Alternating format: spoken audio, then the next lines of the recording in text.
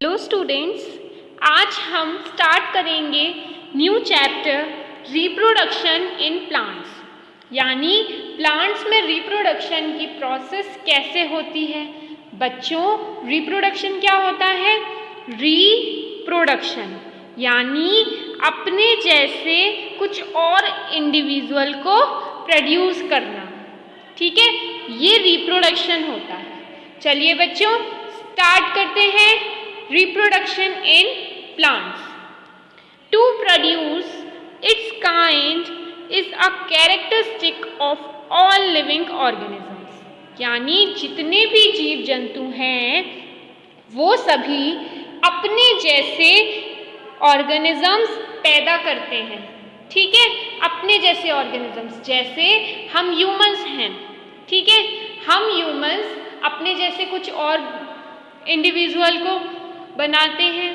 ठीक है, इसी तरह से प्लांट्स भी होते हैं, वो भी अपने जैसे ऑर्गेनिजम्स को बनाते हैं, यानी जीव जंतुओं को बनाते हैं।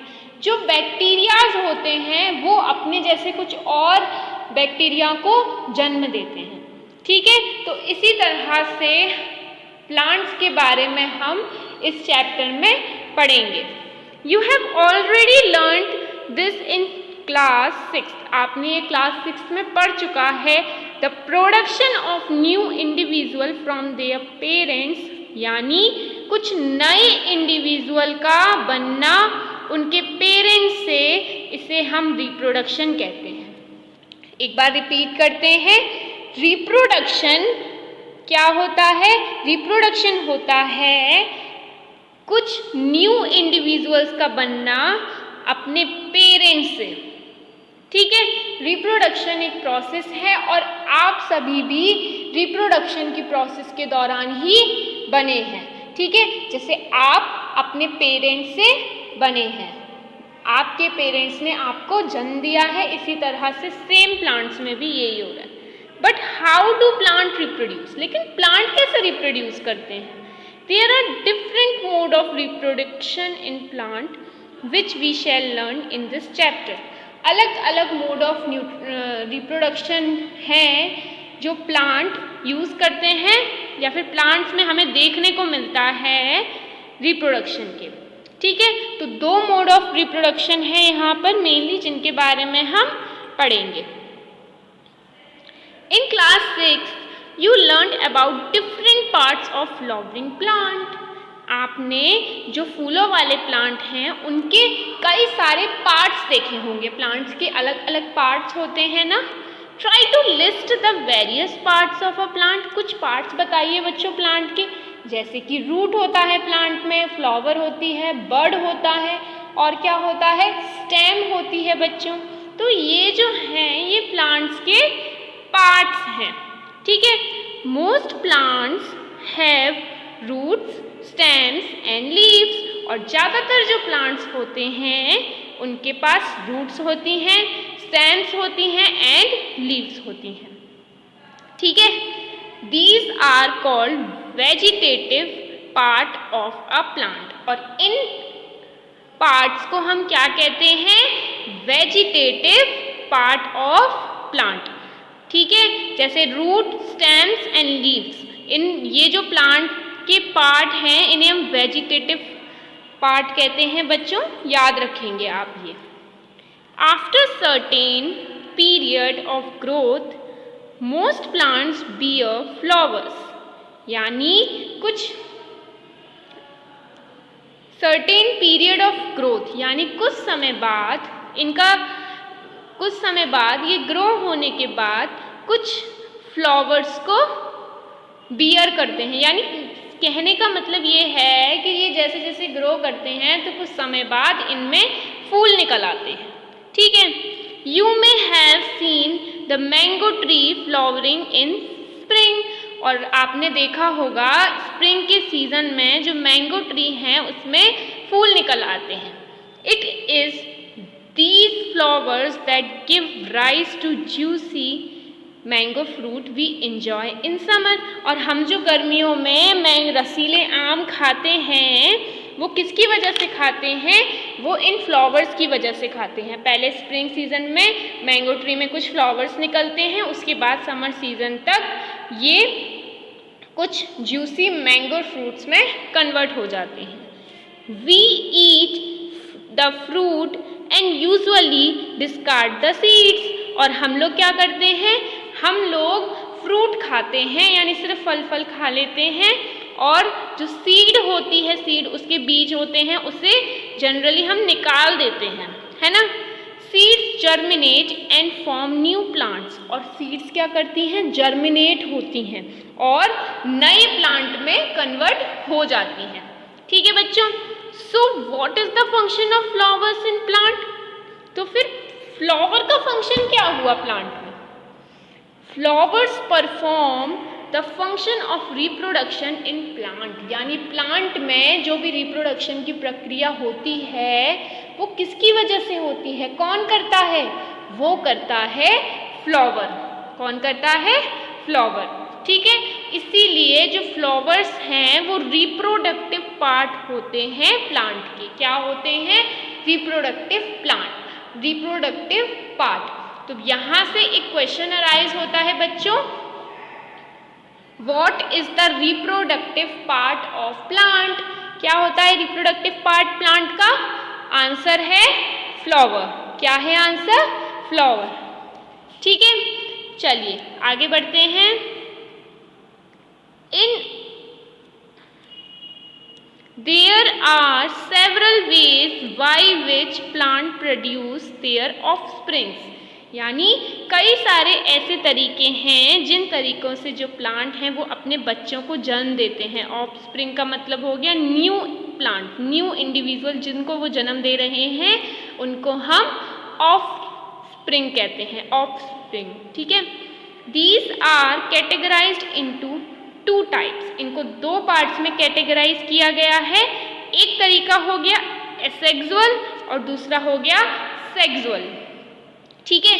अब बच्चों सेक्सुअल और एसेक्सुअल ये दो मोड ऑफ रिप्रोडक्शन होते हैं, यानी इन दोनों तरह से रिप्रोडक्शन होता है, यानी इन दोनों तरीके से जो पेरेंट्स हैं वो अपने बच्चों को जन्म देते हैं। ठीक है। In asexual reproduction, plant can give rise to new plant without seeds। और asexual reproduction में क्या होता है कि प्लांट्स अपने बच्चे को जन्म तो देते हैं बट इसमें बीज का कोई भी रोल नहीं होता है, यानी बीज की हेल्प से नहीं देते हैं। तो बच्चों ध्यान रखेंगे, asexual का मतलब हो गया विदाउट सीड्स। asexual का मतलब विदाउट सीड्स। ठीक है। और सेक्सुअल रिप्रोडक्शन क्या होता है? सेक्सुअल रिप्रोडक्शन में वो सीड से न्यू प्लांट ऑब्टेन करते हैं। ठीक है। यहाँ सीड से नया इंडिविजुअल न्यू प्लांट पैदा होता है। समझ में आया बच्चों? दो तरह से प्लांट रिप्रोडक्शन करते हैं, एक सेक्सुअल होता है, एक असेक्सुअल होता है। अच्छा, सेक्सुअल क्या होता है? सेक्सुअल रिप्रोडक्शन में जो प्लांट्स होते हैं वो सीड से न्यू प्लांट्स बनाते हैं और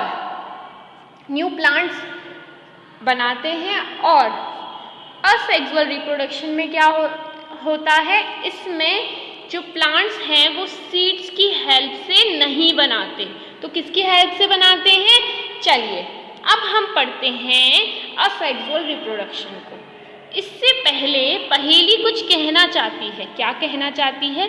पहेली थॉट सोच रही है कुछ, that new plant always grow from seeds, कि जो नए पौधे हैं वो हमेशा सीड से अगर ग्रो होते हैं, बट लेकिन she never seen the seeds of sugar cane, लेकिन जो गन्ना होता है, गन्ना शुगर केन, उसने उसका तो बीज देखा ही नहीं है।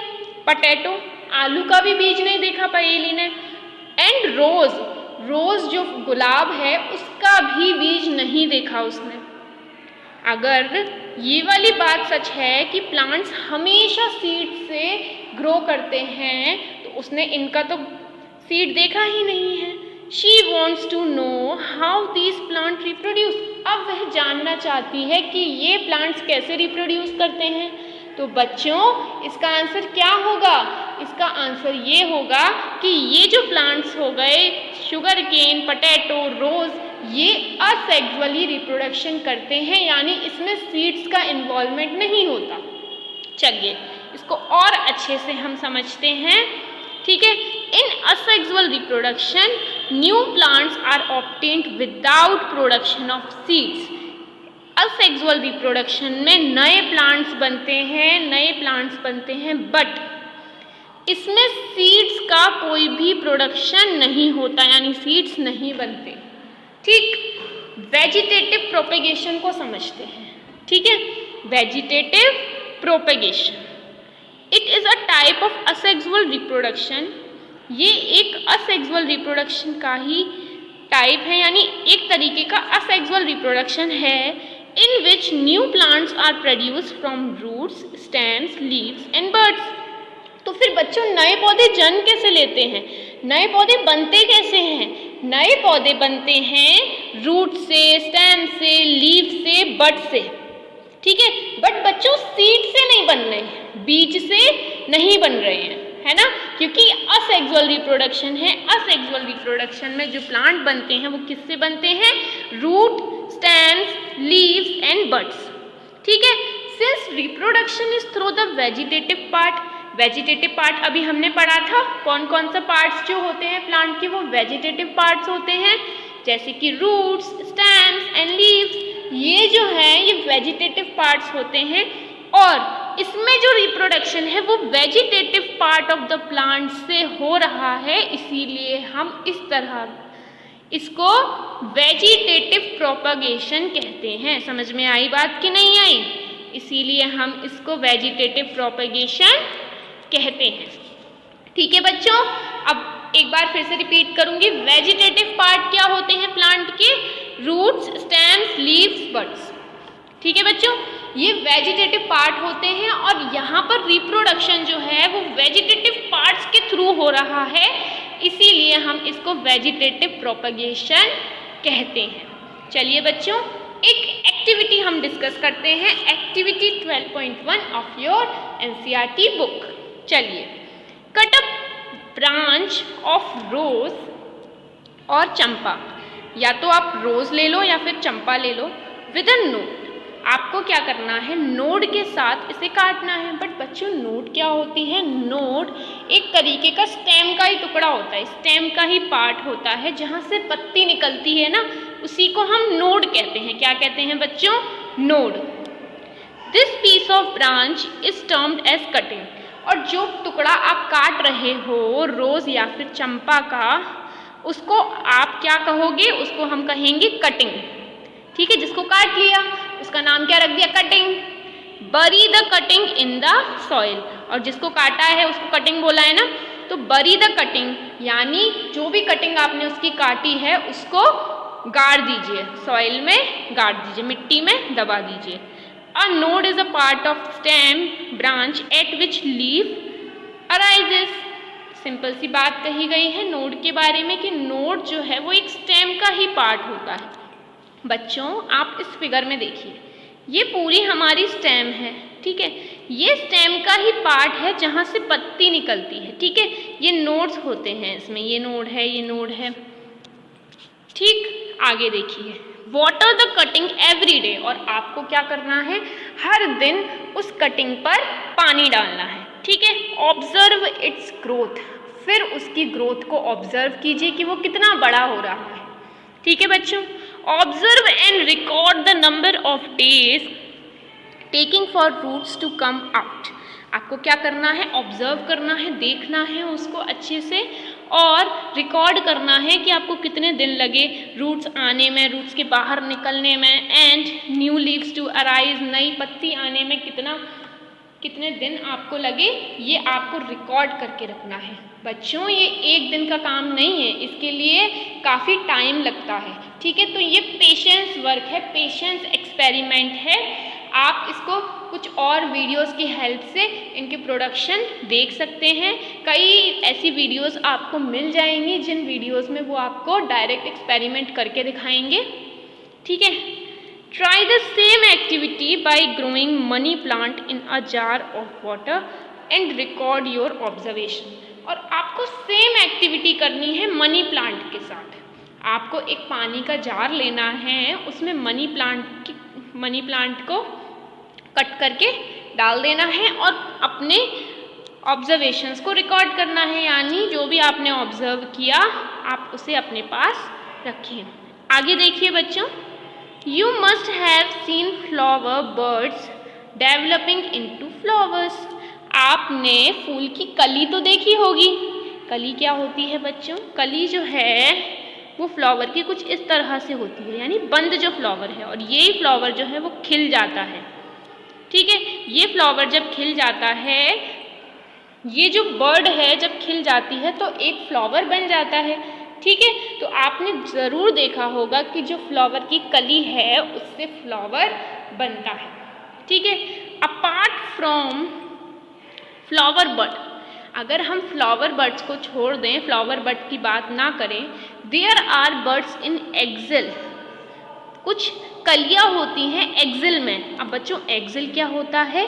Point of attachment of leaf at the node, यानी पॉइंट ऑफ अटैचमेंट। देखो बच्चों, ये पॉइंट, इससे इधर नोड जुड़ रही है ना, ये नोड है, इस नोड से ये लीफ जुड़ रही है, तो ये लीफ और नोड, इससे एक कली निकली होती है, इसके बारे में हम बात कर रहे हैं। ठीक है, ये एक्सिल वाला रीजन होगा। अब समझो बच्चों क्या कह रहे हैं ये, कि there are bird in axil. Axil एक पोजीशन हो गई, एक पॉइंट हो गया जहाँ से ये लीफ निकल रही है, ये लीफ और ये बर्ड निकल रही है। यहाँ ये हो गया, ये एक बर्ड निकल रही है एक्सिल में। इस पॉइंट को एक्सिल कहा गया है, और ये जो निकल रही है, ये आपको दिखाई दे रही है ना, इसको बर्ड कहा गया है। ठीक है, चलिए आगे बात करते हैं बच्चों। देखिए, these birds are called vegetative birds, और इन बर्ड्स को हम क्या कहते हैं? Vegetative birds. ठीक है, वेजिटेटिव बर्ड यानी वनस्पतिक कली।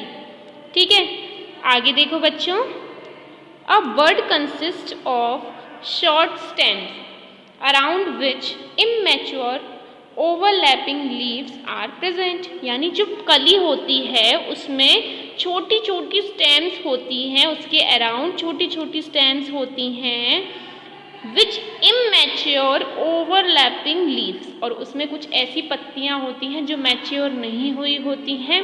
ठीक है, जो अभी जिनकी ग्रोथ नहीं है, वो इमैच्योर हैं। ठीक है, ये एक के ऊपर एक लीव्स लगी होती हैं ऐसी बर्ड्स में। Vegetative birds can also give rise to new plants, और ये जो वेजिटेटिव बर्ड्स होती हैं ये नए प्लांट्स को जन्म दे सकती हैं।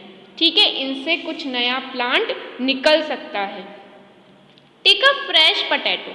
एक और एक्टिविटी डिस्कस करते हैं बच्चों 12.2, जिसमें आपको एक फ्रेश पोटैटो लेना है।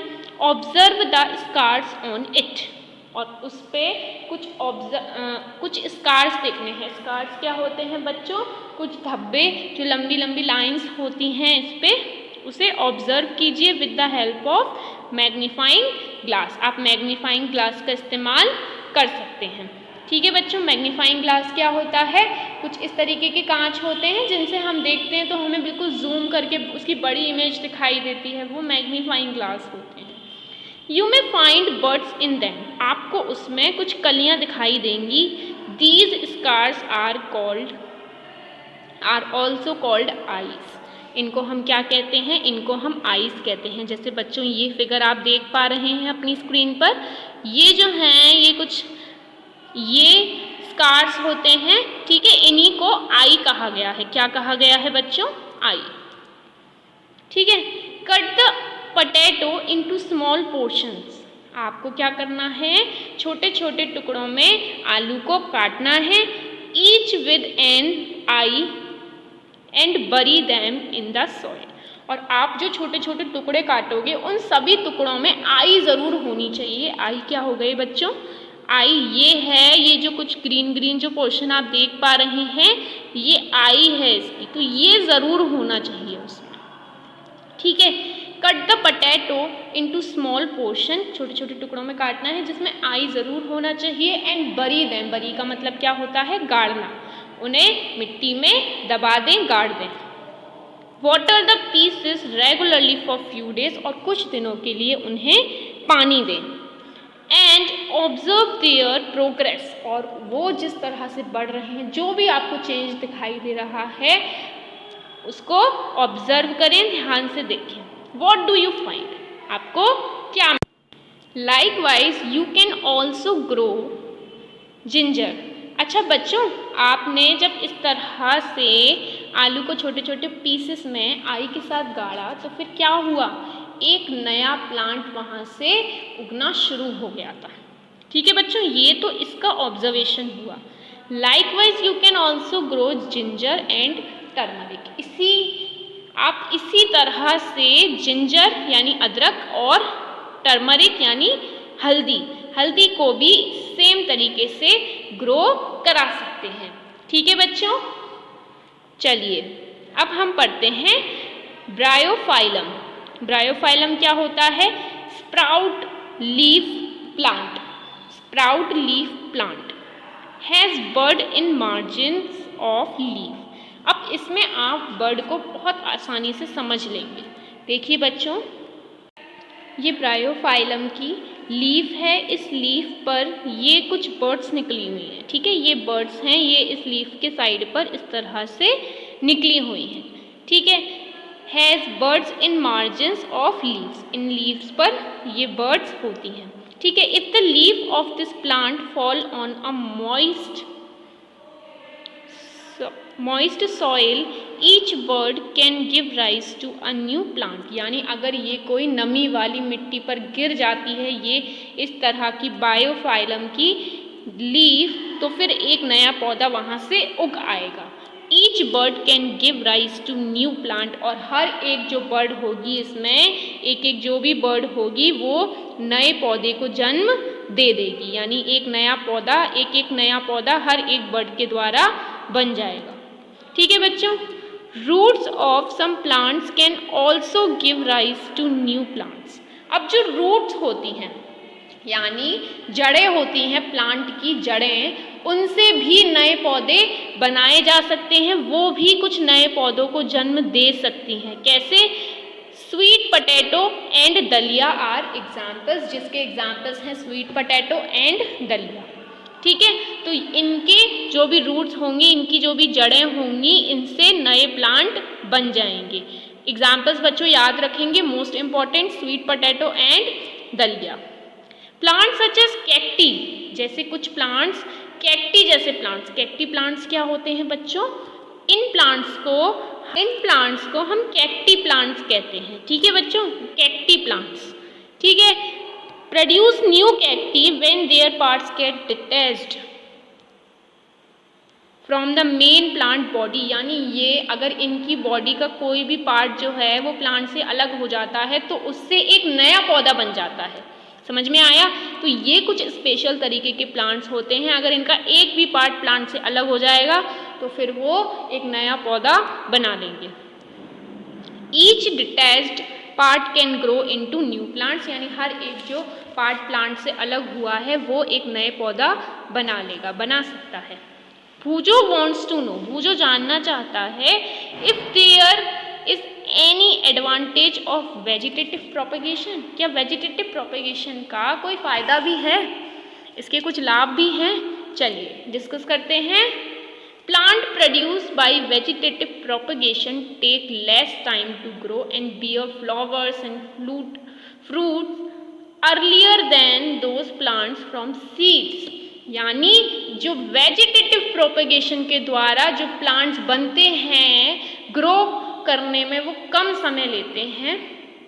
ठीक है, फ्लावर्स, फ्रूट्स ये काफ़ी ज़्यादा जल्दी ग्रो हो जाते हैं एज कंपेयर टू जो प्लांट्स सीड्स से बनते हैं।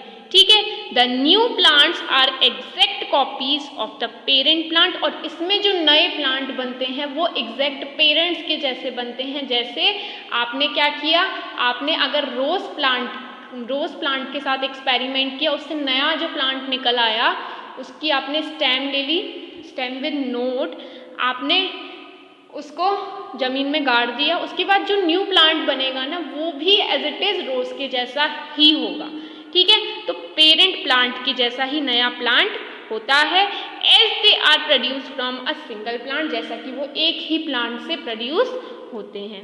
लेटर इन दिस चैप्टर, इस चैप्टर में बाद में you will learn that plants produce by sexual reproduction have characteristic of both parents. तो हम जब सेक्सुअल रिप्रोडक्शन को पढ़ेंगे तब हम इसमें ये देखेंगे कि जो भी प्लांट बना होगा सेक्सुअल रिप्रोडक्शन के द्वारा उसमें दोनों के गुण होंगे। इसमें दो पेरेंट्स का इन्वॉल्वमेंट होता है तो दोनों पेरेंट्स के गुण उस न्यू प्लांट में होंगे। Plant produce seeds as a result of sexual reproduction, और प्लांट्स जो है वो सीड्स बनाता है सेक्सुअल रिप्रोडक्शन के द्वारा। चलिए बच्चों, नेक्स्ट टॉपिक हम पढ़ते हैं बडिंग। बडिंग क्या होती है? You have already learned about tiny organisms. आपने कुछ छोटे छोटे ऑर्गेनिजम्स के बारे में पढ़ रखा है, लाइक ईस्ट। ईस्ट के बारे में तो पढ़ाया था ना हमने आपको, सिंगल सेल्ड ऑर्गेनिज्म होता है, हमने आपको ईस्ट की पिक्चर भी दिखाई थी, ठीक है। Can be seen only under a microscope, जिसको सिर्फ आप माइक्रोस्कोप से ही देख सकते हो। आपके आइज के अंदर इतनी कैपेबिलिटी नहीं है कि आप इतनी छोटी चीज को देख सको। These grow and multiply every few hours, यानी हर घंटों में ये ग्रो करते हैं और मल्टीप्लाई हो जाते हैं, यानी दुगने तिगने चौगने, इस तरह से ये इनकी ग्रोथ होती है। If sufficient nutrients are made available to them, यानी कुछ न्यूट्रिएंट्स जिसकी इन्हें ज़रूरत पड़ती है, जैसे कुछ स्पेसिफिक टेम्परेचर इनको मिल जाए तो ये बहुत जल्दी ग्रो हो जाते हैं, बहुत सारों में कन्वर्ट हो जाते हैं। Remember that east is a single celled organism. आप ये याद रखिएगा कि जो ईस्ट है वो सिंगल सेल्ड ऑर्गेनिज्म है, यानी एक ही सेल है, ठीक है। जैसे हम लोग हैं, हम जो एनिमल्स हैं, हम लोग मल्टी सेल्यूलर हैं, यानी हमारे अंदर बहुत सारे सेल्स हैं, बट ईस्ट जो ऑर्गेनिज्म है उसमें सिर्फ एक ही सेल है, इसीलिए हम इसको सिंगल सेल्ड ऑर्गेनिज्म कहते हैं। Let us see how they reproduce. चलिए देखते हैं कि ये किस तरह से रिप्रोड्यूस करते हैं, रिप्रोड्यूस होते हैं। Activity 12.3 to be demonstrated by the teacher, ठीक है। आपको टीचर की देखरेख में करना है। Take a piece of yeast cake और yeast powder from a bakery और केमिस्ट शॉप। आप कोई भी एक केक ले लीजिए या फिर ईस्ट पाउडर ले लीजिए किसी भी बेकरी शॉप से या फिर केमिस्ट की दुकान से। Take a pinch of yeast, उसमें थोड़ा सा ईस्ट लीजिए and place it in a container with some water, और उसे एक ऐसे कंटेनर में डालिए जिसमें थोड़ा सा पानी रखा हो। Add a spoonful of sugar, और उसमें चम्मच भर के शुगर डाल दो, चीनी डाल दो। And shake to dissolve it, और घोल दो उसको, ठीक है। Keep it in the warm part of a room, जो रूम में गर्म जगह उसको रखना है, आपको गर्म जगह रखना है। गर्म जगह क्यों दे रहे हैं बच्चों? जिससे ईस्ट को अपनी जो कंडीशन उसे चाहिए रहती है वो मिल जाए। हमने यहाँ पे क्या पढ़ा था? हमने यहाँ ये पढ़ा था sufficient nutrients are made available to them, यानी उनको ऐसी कंडीशन मिल जाए जिस कंडीशन में ये ग्रो होना शुरू करते हैं। इसीलिए यहाँ पर हमने क्या किया, इसको कमरे में कुछ वार्म पोर्शन में रखा, यानी कुछ गर्म पार्ट पर रखा। आफ्टर एन आवर, 1 घंटे बाद, put a drop of this liquid on a glass slide. आपको क्या करना है, एक ग्लास की स्लाइड लेनी है, कांच की स्लाइड्स होती हैं, छोटे छोटे कांच के टुकड़े होते हैं ना, उन्हीं को हम ग्लास स्लाइड्स कहते हैं। And observe under a microscope, और माइक्रोस्कोप की हेल्प से देखना है इसको। वॉट डू यू ऑब्जर्व, आपको क्या मिला, आपने क्या देखा? You may see the formation of new yeast cell, आपको नए ईस्ट सेल दिख सकते हैं उसमें से। देखो बच्चों, ये ईस्ट सेल है, ईस्ट सेल के ऊपर धीरे धीरे करके ये बर्ड डेवलप हो रही है। ये बर्ड फिर ये बंद हो जाएगी इस तरह से, तो ये एक नई बर्ड पूरी तरह बन रही है। ये अभी इसी से जुड़ी हुई थी ना, फिर ये एक अलग हो गई, एक अलग हो गई। ये पेरेंट है और ये उसका बच्चा। इसी तरह से बड डेवलप होती हैं और फिर ये फाइनली अलग अलग सेपरेट भी हो जाती हैं। The small bulb like projection coming out from yeast cell is called bud. इसको हम क्या कहते हैं? बड। ये कुछ बल्ब जैसा, छोटे छोटे बल्ब जैसा लग रहा है ना, ईस्ट से बाहर, ईस्ट, ये पूरा ईस्ट सेल से कुछ ये छोटे छोटे बर्ड से दिखाई दे रहे हैं ना, कुछ बल्ब लाइक, बल्ब शेप जैसे दिखाई दे रहे हैं ना, इनको हम बड कहते हैं। The bud gradually grows and get detached from parent plants. ये थोड़े थोड़े समय के बाद ग्रो होते हैं और फिर अपने पेरेंट सेल से अलग हो जाते हैं, ठीक है, and form a new yeast cell, और नए ईस्ट सेल बना लेते हैं, ठीक है। तो ये अपने आप में एक ईस्ट सेल बनाएगा, ये अलग बनाएगा, ये अलग बनाएगा। The new yeast cell grows, और फिर नए जो ईस्ट सेल होते हैं वो ग्रो करते हैं, धीरे धीरे करके मैच्योर होते हैं, यानी बड़े हो जाते हैं, and produce more yeast cell, और कुछ और इसी तरह से ईस्ट सेल को प्रोड्यूस करते हैं, अपने जैसे ऑर्गेनिजम्स को प्रोड्यूस करते हैं, ठीक है बच्चों। If this process continues, a large number of yeast cells are produced in a short time. अगर ये प्रोसेस होती रहे तो फिर कई सारे ईस्ट सेल्स जो हैं वो कम समय में बन जाएंगे, ठीक है बच्चों। तो इसी तरह से ईस्ट सेल जो हैं वो रिप्रोड्यूस करते हैं, ठीक। तो अब हम अपनी नेक्स्ट वीडियो में फर्मेंटेशन पढ़ेंगे। इस टॉपिक में बडिंग आपको बिल्कुल क्लियर हो गया होगा और आपने एक्सेक्सुअल और sexual reproduction just by introduction of chapter अच्छे से कवर कर लिया है। अब बच्चों हम मिलेंगे अपनी नेक्स्ट वीडियो में, तब तक के लिए बाय बाय।